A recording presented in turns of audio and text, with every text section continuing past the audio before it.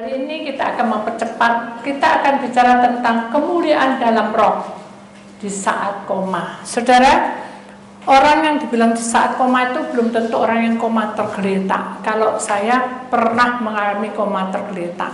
Tapi sekarang ini kita bicara tentang bagaimana kemuliaan Tuhan itu adalah sesuatu yang sangat berharga yang harus kita punyai. Kenapa? Karena kita punya masa depan. Hidup kita ini punya masa depan. Semua orang di muka bumi ini, tidak ada orang yang mengerti apa yang terjadi pada sejam yang akan datang, atau apa yang terjadi setelah pulang dari ibadah, atau apa yang terjadi setelah hari esok atau hari lusa, dan apa yang terjadi saat kejadian ini ada. Ya, jadi mari kita ingat bahwa semua pujian itu ada sangkut pautnya. Kenapa? Karena kemuliaan Tuhan itu dikumandangkan, saudara, ketika kita mengundang Bapa kita di surga untuk masuk di dalam penyembahan. Dan kita percaya kalau kita ini disertainya. Jadi kita tidak boleh bimbang, tidak boleh cemas. Kita akan dikuatkan lewat penghibur itu, yaitu Roh Kudus. Ya, di situ ada Roh Kudus. Ya, mengapa ada merahnya? Itu adalah pengurapan yang luar biasa. Jadi saudara, jangan sia-siakan firman Tuhan hari ini. Karena firman Tuhan ini kalau perlu direkam. Kenapa? Karena firman Tuhan ini adalah Allah yang bicara pada tengah malam. Jadi ini kesaksian saya. Saat saya lemah, tubuh saya lemah, saya tidak berdaya. Saya hanya melihat kondisi cucu saya yang batuk-batuk. Tapi saya betul-betul berperang. Ya, bagaimana melawan kondisi saya karena capek, ya, dan membantu juga pulang. Jadi dengan kondisi yang seperti itu saya sudah orang tuh angkat tangan. Kenapa? Kalau sudah malam-malam gitu kan nggak bisa bangun terus tidur lagi, bangun, nggak bisa, saudara. Nah, yang Tuhan mau ketika kita memiliki kemuliaan itu bukan saat kita itu memiliki apa-apa. Kemuliaan itu turun pada saat kita itu menggenapi firman-Nya. Jadi saya harus ingat, kemuliaan itu turun pada saat kita mendengar suaranya. Kemuliaan itu turun pada saat apa yang Tuhan perintahkan kita lakukan. Jadi kita jangan main-main. Ya, waktunya sudah tiba, kita berdiri tegak atas kebenaran Tuhan. Kalau orang bilang kita ini sudah berdiri di ujung tanduk atau duri yang satu saat akan tergelincir kita dan akan mencelakakan kita diri kita sendiri. Kenapa? Karena dalam proses ini kita butuh untuk betul-betul digembleng, betul-betul Tuhan ingin kita itu kuat dan tahan uji. Kita tidak boleh porak-poranda, kita tidak boleh kecewa, tidak boleh kita itu orang bilang semudah itu kita mengambil sikap, ya, bahwa keadaan ini kok makin parah, ya sudah aku kayak gitu begini. Jangan, ya, kita ingat bahwa kemuliaan dalam roh ini harus kita miliki. Kenapa? Karena di saat kita koma ini peran utama, saudara. Jadi kalau saudara sekarang punya masalah, peran utama itu adalah kemuliaan. Ya, sekarang kita akan uraikan lebih lagi, saudara. Tubuh. Ya. Di dalam hidup manusia ada tubuh, ada roh, ada jiwa. Tapi kita bicara tentang tubuh. Tubuh kita ini rapuh. Pada saat kita stres dan depresi ada dua kemungkinan. Orang akan makan terus sampai jadi gemuknya tidak sehat. Atau orang tidak suka makan sama sekali. Ya. Tab ini, saudara, seringkali kita pasti menghadapinya. Ya. Nah, sekarang kita perhatikan, kalau di dalam tubuh kita yang lemah ini kacau keadaannya, maka ukuran misbah yang kita punyai, misbah itu adalah persembahan, ya, kayak meja gini, kita mempersembahkan. Ya. Ukuran yang kita punyai ini, saudara, misbah kita ini tidak ada kehidupan. Kenapa? Karena hati kita sudah banyak luka. Kalau hati manusia ini sudah banyak luka, saudara, mungkin kita akan mengalami kekecewaan yang besar. Ya, makanya ada satunya, kiranya engkau memberkati aku melimpah-limpah. Ya. Dan dikatakan dan memperluas daerahku, itu bukan, oh ini tak petain, enggak, ini daerahku. Tubuh ini daerah kita, ya, hati, pikiran ini daerah kita. Jadi kita memperluas daerah kita Ya. Dan kiranya tanganmu menyertaiku. Kiranya tanganmu menyertai aku. Jadi penyertaan ini saudara yang kita minta. Jadi hati dan pikiran ini sudah ukuran mesbah ini dilihat hati. Kalau hatimu tidak mood, jangan jauh-jauh. Kalau kamu tidak mood, gimana keadaan? Nggak enak semua tuh, nggak ngomong, betul tidak? Nah, tubuh ini harus dikuasai dengan ukuran mesbah yang tidak boleh berubah hati kita. Dan tinggi mesbah ini dikatakan pikiran. Tinggi itu adalah tinggi ya, kondisinya. Oh ini tingginya segini, oh, aku mau rendah gitu ya. Nah, ukuran ini, tingginya mesbah ini tergantung dari kemampuan pikiran kita. Ya. Kalau kemampuan pikiran kita pakai kekuatan manusia, maka tubuh kita akan hancur perlahan-lahan. Itu pasti. Dengarkan, itu pasti. Ya. Kenapa? Karena kita pakai ukuran bukan ukuran mesbahnya Tuhan, tapi mesbah kita dewek, pikiran kita sendiri. Maka dalam kondisi koma kita akan jatuh. Itu yang paling berbahaya. Dan ini mengatakan, dan kiranya tanganmu menyertai aku, melindungi aku daripada malapetaka, sehingga kesakitan tidak menimpa aku. Nah, ini kesakitan ini adalah hati. Kamu disindir, kamu diolok, kamu dihina, kamu dicaci, kamu difitnah. Itu sakit, saudara. Seperti pujian ini, sehingga kesakitan tidak menimpa aku. Walaupun itu kenyataannya dihadapi, itu menyakitkan, tapi aku tidak merasakan apa-apa. Kenapa? Karena Tuhan sudah ada di depan lebih dulu. Mengerti maksudnya? Kalau Tuhan ada di depan, sakit apapun, Tuhan yang akan ikut campur tangan dalam duduk perkara. Kalau Tuhan di depan, persoalan pekerjaanmu, persoalan apapun, pengkhianatan, caci maki, Tuhan di depan, kita akan bisa bertahan. Mungkin secara fisik kita sudah lemah, capek sudah. Nah, inilah yang kita tahu bahwa sebetulnya ini semua, saudara, harus ada di dalam daerahnya Tuhan. Sehingga kemuliaan ini kan daerahnya Tuhan. Di dalam roh itu akan melingkupi kita. Kiranya tanganmu menyertai, melindungi daripada malapetaka. Dan kenapa Tuhan kok sampai mau melindungi dari malapetaka, menjauhkan dari apa sakitmu tidak akan timpa kamu? Kenapa? Karena seperti pujian ini, Yesus itu cinta kita, saudara. Tuhan itu mengasihi kita, hidup kita ini sebetulnya ada di dalam tangannya. Kalau kita memiliki mesbah, ukuran mesbah hati ini. Ya apa caranya Bu, supaya hatinya itu tetap slow, tetap nyaman. Nah ini harus, hati dan pikiran ini harus disertai dengan apa? Doa awalnya, saudara. Nah, dengan doa ini maka Tuhan akan menjawab semua persoalanmu. Kemudian Yesus itu akan diagungkan namanya. Kita akan memuji dan menyembah Dia selalu dalam kesusahan yang menimpa kita. Tapi kita merasa bahwa kelimpahan Yesus itu selalu ada bagi kita. Kita merasa bahwa limpah, aku tuh sakit, aku tuh sorok, aku tuh menderita, mati-matian kerja, mati-matian cari uang, mati-matian begini, pokoknya kita kepala kejar kaki, kaki kejar kepala. Badai dan gelombang menerpa kapal hidupku, terus kuacok semua. Tapi yang maju itu adalah Tuhan Yesus. Yesus adalah juru mudiku. Saudara perhatikan nyanyian Yesus, aku cinta padamu. Saudara perhatikan, saya buat status. Kenapa? Karena itu bagus sekali. Kisahnya, kenyataannya kita seperti terbang, seperti pesawat, sudah di tengah-tengah pesawat kita tidak tahu apa yang terjadi.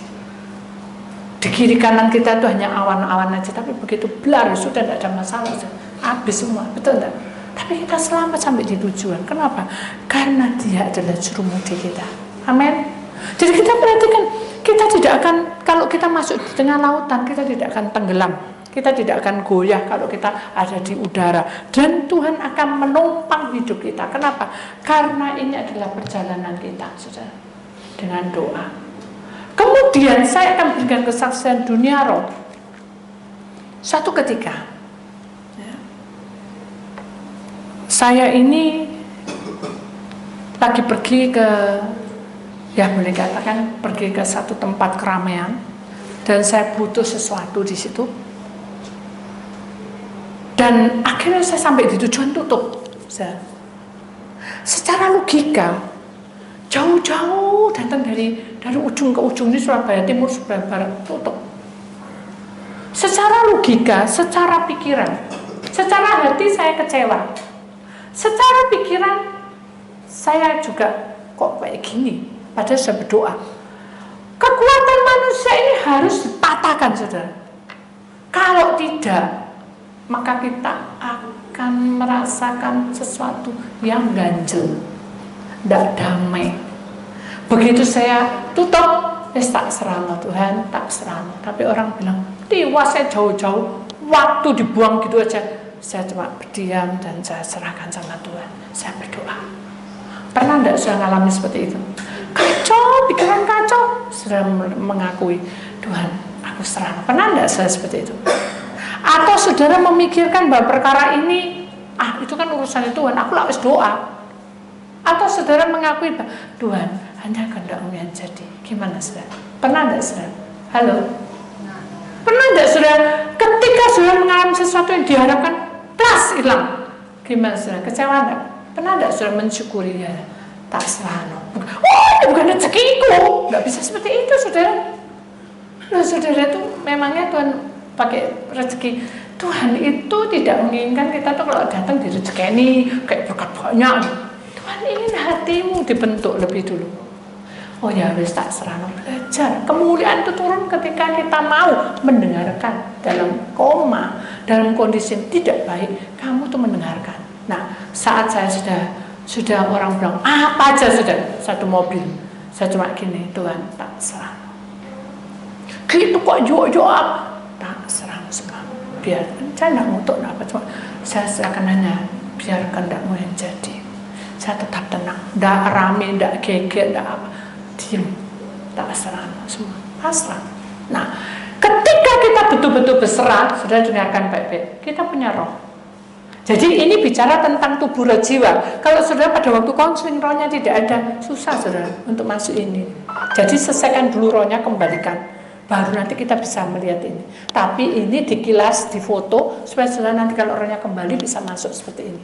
Ya, tolong perhatikan. Ya. Nah, karena roh ini penurut, maka siap dikelilingi ada jalur Tuhan dalam rencananya. Jadi siap dikelilingi itu adalah bukan dikelilingi apa. Kalau saya pada waktu memilih pujian ini, saya hanya melihat langit ini terbuka, ini atap, saya tidur. Tapi tidak tidur, saya menyembah. Dia terbuka dan para mereka berlaksa-laksa. Dan juga ada pelayan-pelayan Tuhan, saudara di situ. Dan saya merasa menyenangkan sekali, tapi tidak bisa ngomong apa-apa. Rasa sukacita mengalir, menitikkan air mata. Itu rasa bahagia saya menghadapi itu. Tapi ini dalam posisi koma, dalam posisi yang tidak menyenangkan. Sudah terjadi kekecewaan itu bertubi-tubi. Hingga akhirnya roh yang penurut ini, saudara, siap dikelilingi banyak masalah. Dengan siap dikelilingi banyak masalah, kita harus imani bahwa ada, nih saudara, ada nih saudara, yang di garis besar ini, ada jalur Tuhan yang bukan menjadi daya kekuatan kita. Jadi ini di luar batas kita. Itu harus diimani. Tapi kita tidak boleh sembrono kalau ngomong, enggak apa-apa, Tuhan punya rencana, lebih lagi berkat rusak banjek. Ternyata tidak ada berkat. Saudara cek mau untuk kedua kali. Saudara hanya tetap diam dan ada jalur Tuhan dalam rencananya ini. Dan akhirnya mulai karena kita mencari satu barang, ya, dan barang itu paling murah di situ. Wis saya mengalir aja ya. Setelah itu sudah malam, sudah hampir tutup gitu. Kita singgah di satu tempat yang besar gitu. Saya nggak mengira apa itu ada barang di situ. Tapi saya sudah lupa. Tahu ya saudara? Karena saya punya roh yang penurut, saya dikelilingi, tapi saya tahu bahwa jalur Tuhan ini ya seperti ini rencana. Saya tidak mau menuntut, tidak mau ngomong apa, cuma saya mengalir aja rencana yang terjadi. Sudah lupa, sini sudah mau pulang kita. Begitu mau pulang Tuhan berkata, berhenti kamu dan belok sebelah kanan. Ada apa sih sebelah kanan? Sudah mau tutup lampunya, belakang mati semua.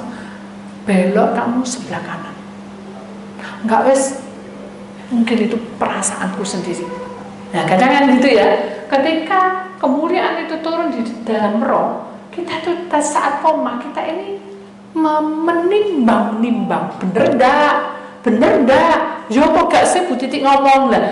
Itu kan bukan, saudara berharap pada saya kalau ya pada Bu Titik bicara. Tapi kalau, oh ini kalau kehendak Tuhan, ya tak serama semua. Nah benar saudara. Ketika ini sudah masuk, saudara, saya betul-betul rencana itu sudah mengalir, roh yang penurun itu, akhirnya saya juga menimbang-nimbang dan wis nggak usah, besoklah ada waktu.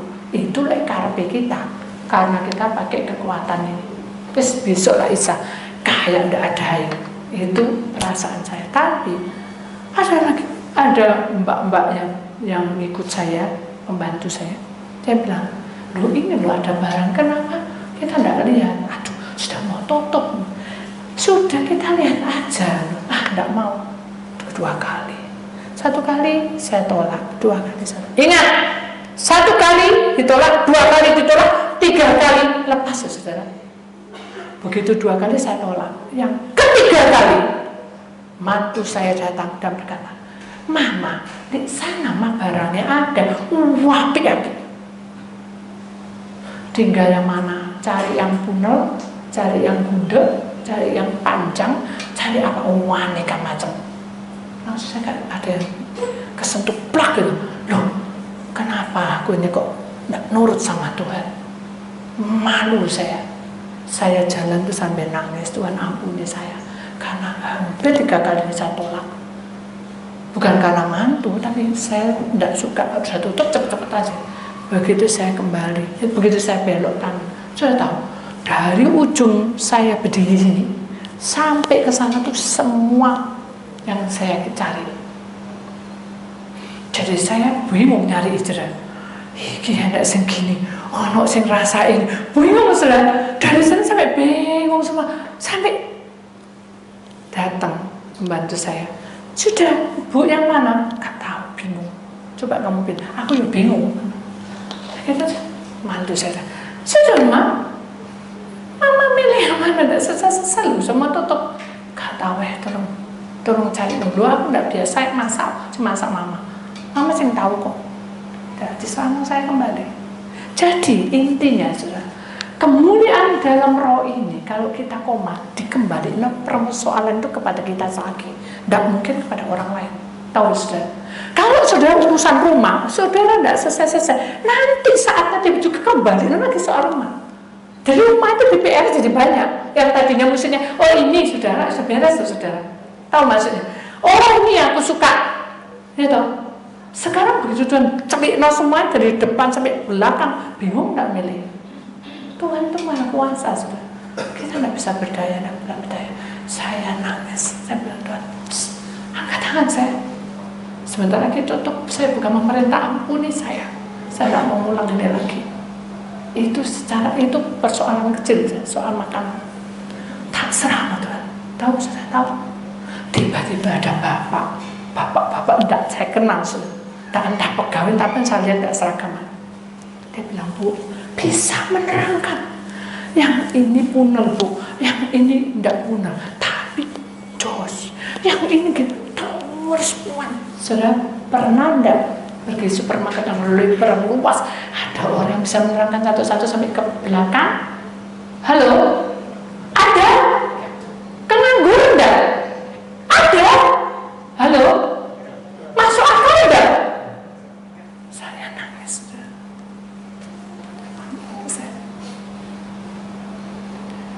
Engkau ini malaikat. Terima kasih Pak, terima kasih. Kalau menurut saya kamu beli yang ini atau beli yang ini.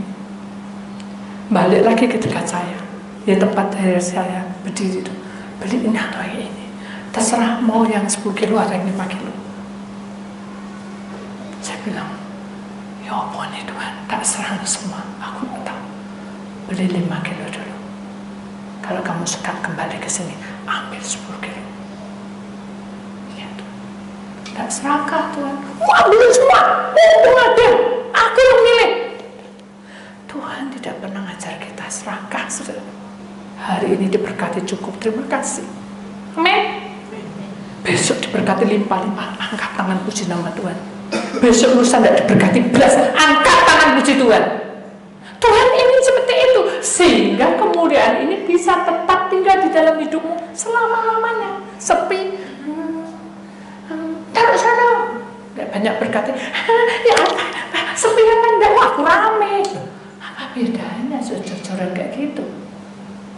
Mari kita buka hati kita, kita sadar bahwa hidup kita ini sementara di dunia. Kita harus saling menghormati satu dengan yang lainnya. Percuma saudara kita melakukan perlawanan, itu Tuhan tidak suka. Kita belajar mengalir dan tidak perlu bukti. Kalau saya mau minta bukti, saya mau. Tapi saya sadar siapa saya. Siapa saya? Siapakah aku ini Tuhan? Jadi biji mata Engkau. Kau pelihara aku sebenarnya lupa. Jadi ini rohnya. Nah, kesaksian yang saya alami ini bukan suatu kebetulan. Begitu sudah saya angkat, beratnya luar biasa, amit-amit.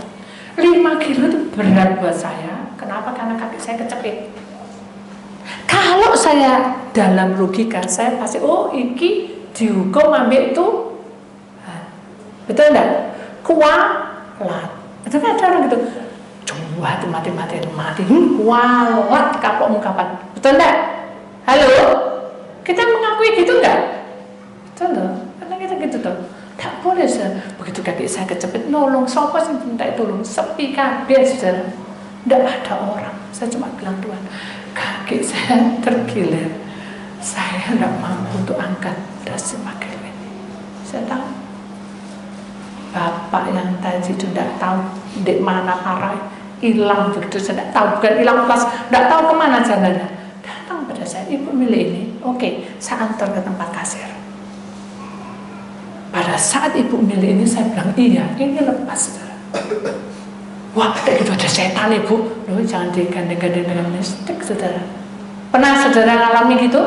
Halo, kita pergi ke toilet, kok serem ya toilet ya. Jadinya putih tidak enak, enak apa makanan tubuh itu makanannya setan masuk di situ kancingan, tidak bisa tidur, aduh kesurupan. Nah, karena saudara sudah membayangkan dan mengimani ya bahwa saudara kesurupan.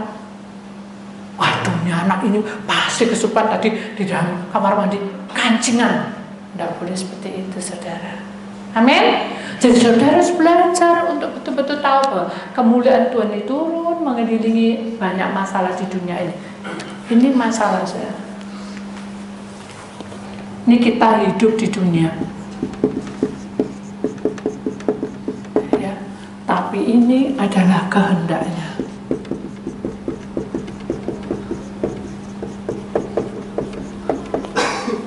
Jadi kalau kehendak Tuhan, itu urusan Tuhan. Amin. Mari kita belajar untuk menerima glory, glory, haleluya. Itu menandakan kita berserah penuh kepadanya. Dan biarlah kita buka hati kita untuk lebih dalam lagi. Amin. Kita akan perhatikan satu ayat di sini saudara, dalam firman Tuhan ya.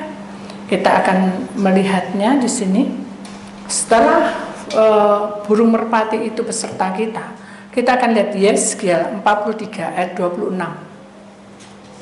7 hari lamanya mereka harus mengadakan perdamaian bagi mezbah itu serta mentahdirkannya, dan dengan demikian mentadbiskan mezbah itu. Jadi gini saudara, hidup kita yang tidak sempurna, tubuh roh jiwa kita ini sering berkelana. Kalau tidak tubuhnya sakit, rohnya tidak ada. Tuh. Kalau tubuhnya ada, rohnya tidak ada. Lek rohnya ada, tubuhnya sakit-sakitan. Itu sudah harus terjadi. Ya, jadi penyelesaiannya adalah kalau tubuhnya ini sakit-sakitan harus ada pemulihan, membuat mezbah, hati tidak boleh luka dan pikiran tenang, doa, semua jadi aman terkendali. Kita akan punya tinggi mezbah sesuai dengan kehendak Allah, ya, dengan doa ini. Kemudian roh yang penurut itu, maka di dalam dunia banyak pancaroba masalah, ya, pancaroba keadaan dan posisi juga berubah-ubah. Dulu tidak enak, sekarang enak, ya. Dulu enak, sekarang gak enak, ya. Itulah namanya dunia, ya, kita siap. Tapi jalur kehendaknya itu akan membawa kita menuju ke tempat di mana Tuhan mau. Nah, dengan banyak pelanggaran tubuh dan roh ini kita kembalikan. Seperti katakan 7 hari lamanya itu adalah Senin, Selasa, Rabu, Kamis, Jumat, Sabtu, Minggu, itu selesaikan segera. Ya. Mengapa kita tuh pelepasan seminggu sekali atau seminggu 2 kali, ya, sudah Senin sama Rabu, tapi kita harus tahu apa arti pelepasan. Nah, yang dikatakan 7 hari lamanya ini adalah persoalan hidup kamu yang banyak pelanggaran dan banyak tuntutan dan banyak persoalan, itu diselesaikan, ya, dengan membuat janji dengan hidup kita bersama dengan Tuhan, di mana kita selalu membuat mezbah jiwa ini adalah harus lengkap, ada tubuh, ada roh, ada jiwa. Loh Bu, tadi katanya roh saya tidak ada. Nah, makanya diselesaikan, kembalikan rohnya, ya. Kemudian tubuh roh jiwa sudah menyatu, maka kita harus berani berjuang, memiliki kemauan untuk masuk dalam mezbahnya, memiliki tempat perapian. Nah, tempat perapian ini kalau ada, maka kita memiliki tempat tanduk, yaitu kediaman Allah di surga. Jadi ini lebih sakral lagi, tapi kita harus melewati sini dulu. Tubuh roh jiwa lengkap buat mezbah. Ya apa caranya buat mezbah, Bu? Karena aku ini tidak tahu. Nah, ada satu nyanyian yang katakan, ya Tuhan, ku rindukan hadirat-Mu, memenuhi hatiku, rohku sujud menyembah-Mu.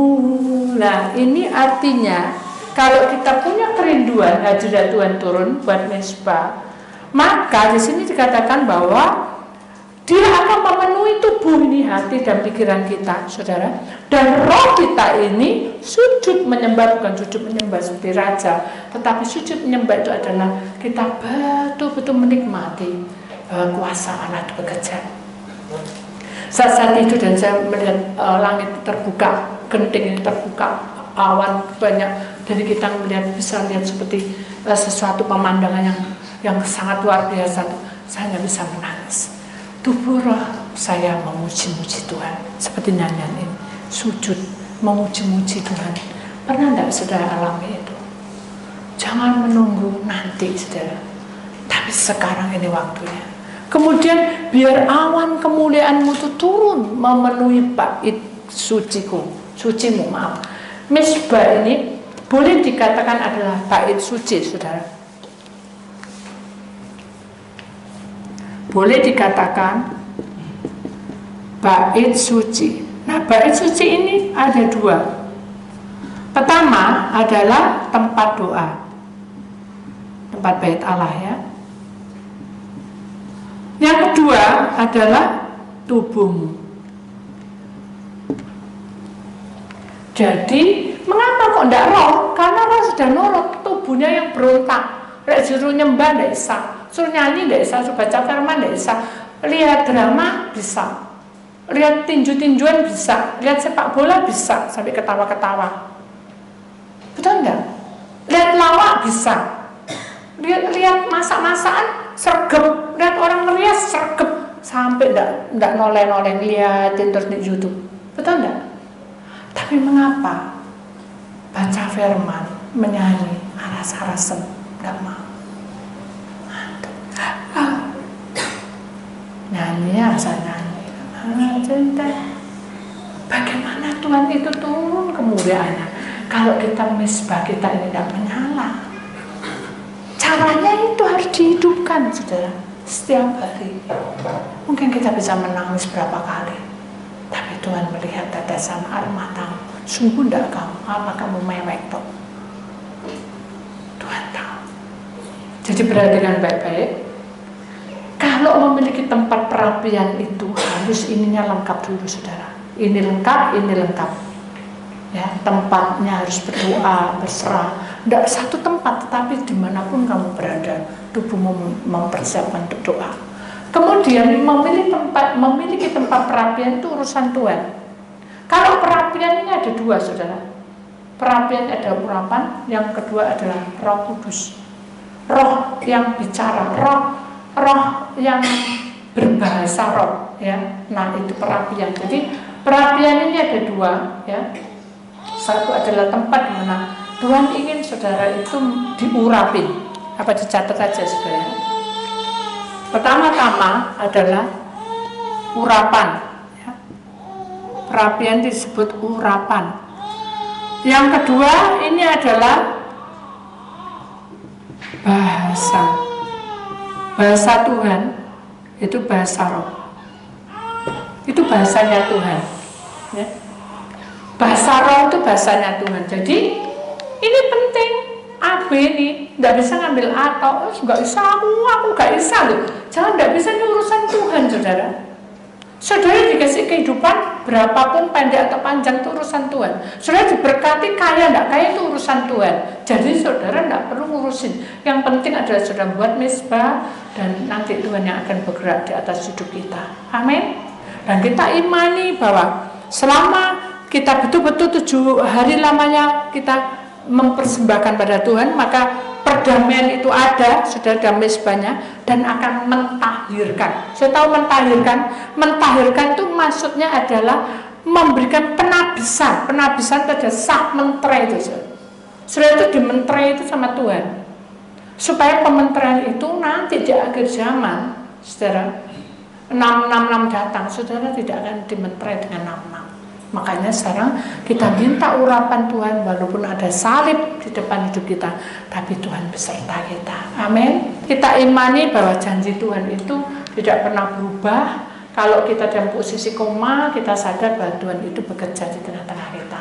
Jadi saat saya melihat langit terbuka, saya bisa berseru dan memuji Tuhan dalam bahasa roh, dan Tuhan memberikan pesan banyak untuk tim musiknya supaya lebih lagi menggalakkan persatuan untuk masuk dalam urapan.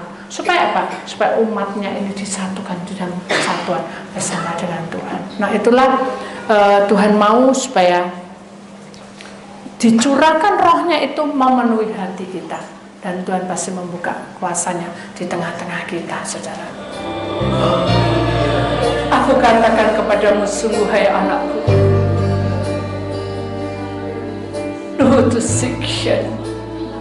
sudah semakin dekat. Tu itu sikir itu.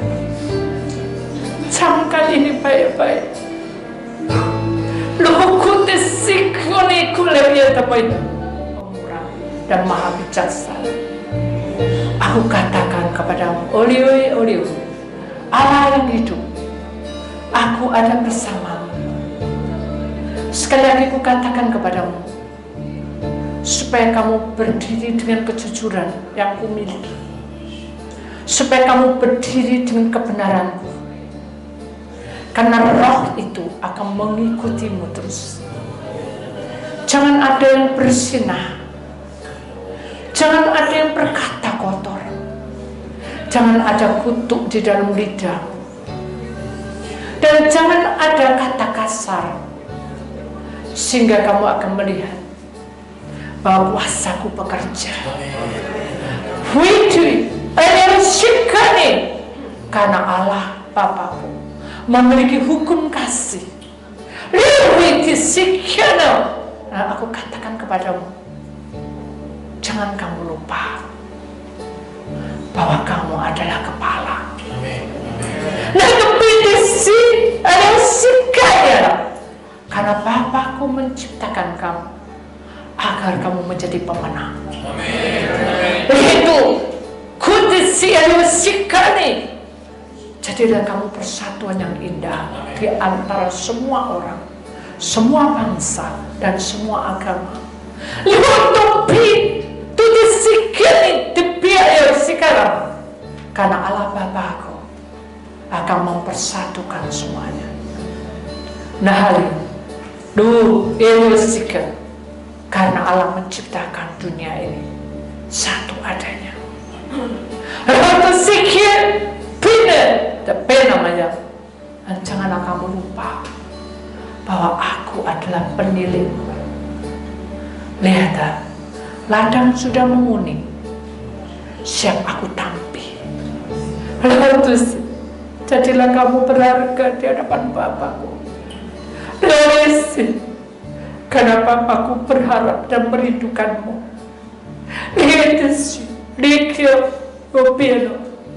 Anda katakan persoalanmu dan masalahmu itu adalah tantangan salibmu.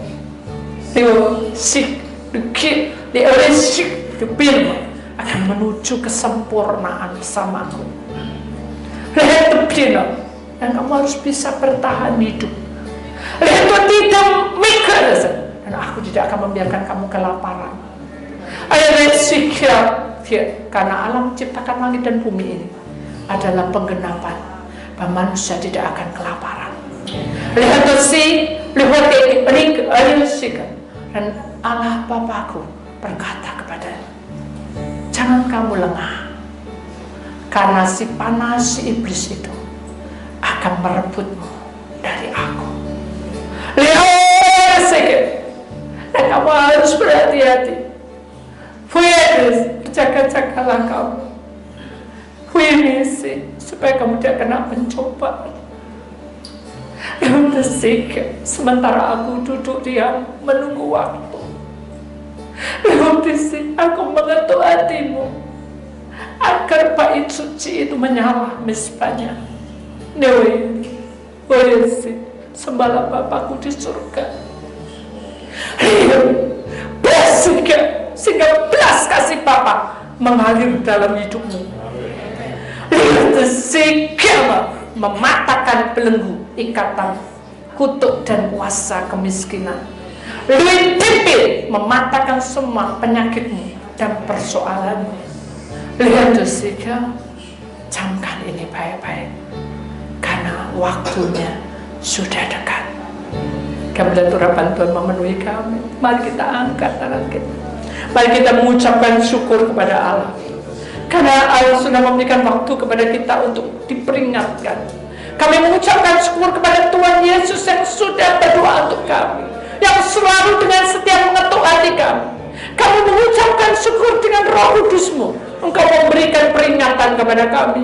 Dan kami bersyukur dengan para malaikat-Mu. Engkau membuka, meningkatkan semua yang terselubung, sehingga kami bisa merasakan kehadiran-Mu. Dan kami bersyukur itu sebagai anugerah-Mu. Maka di dalam nama Tuhan Yesus Kristus, maka kami terima hujan berkat ini. Angkat tanganmu tinggi-tinggi, saudara, melebihi di atas kepalamu, dan katakan kepada Tuhan, ya Allah, ya Tuhan, Engkau yang berkuasa atas hidupku. Kuserahkan inilah tubuh roh jiwaku, dan ampuni semua kesalahanku dan pelanggaranku. Maka di dalam nama Tuhan Yesus, Allah memberkatimu. Ladang hidupmu diberkati, ladang rohanimu diberkati, ladang kesehatanmu diberkati, ladang pelayananmu diberkati, ladang pekerjaanmu diberkati. Di dalam nama Tuhan Yesus. Yang percaya kita sama-sama berkata amin. Itu tanda Tuhan. Dan jabat kiri kananmu, ingatlah pesan Tuhan, ya. Ingat.